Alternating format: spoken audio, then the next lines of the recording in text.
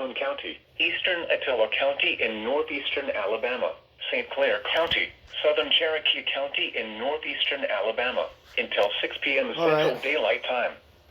At 5:21 p.m. Central Daylight Time, severe thunderstorms along the line extending from Ball Play to near Raglan Leeds, moving southeast at 35 miles per hour.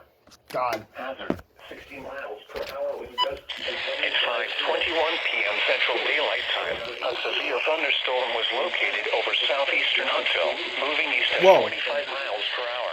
Hazard, 60 miles per hour wind gusts and penny-sized hail. Source, Jacksonville, Lead, Movies, Impact. Huntsville, too. Damage to roofs, sidings, and Cobbtown. Comms impacted include Southern Huntsville, Redstone Arsenal, Owens Crossroads, Grant. For your protection, move to an interior room on the lower center of Pleasant Grove. Repeating, a severe thunderstorm warning has been issued until 6 p.m. Central Daylight Time for the following county: St. Clair, Alabama. Thunderstorm warning has been issued until 5:45 p.m. Central Daylight Time for the following counties in Alabama: Jackson, Madison, and Marshall.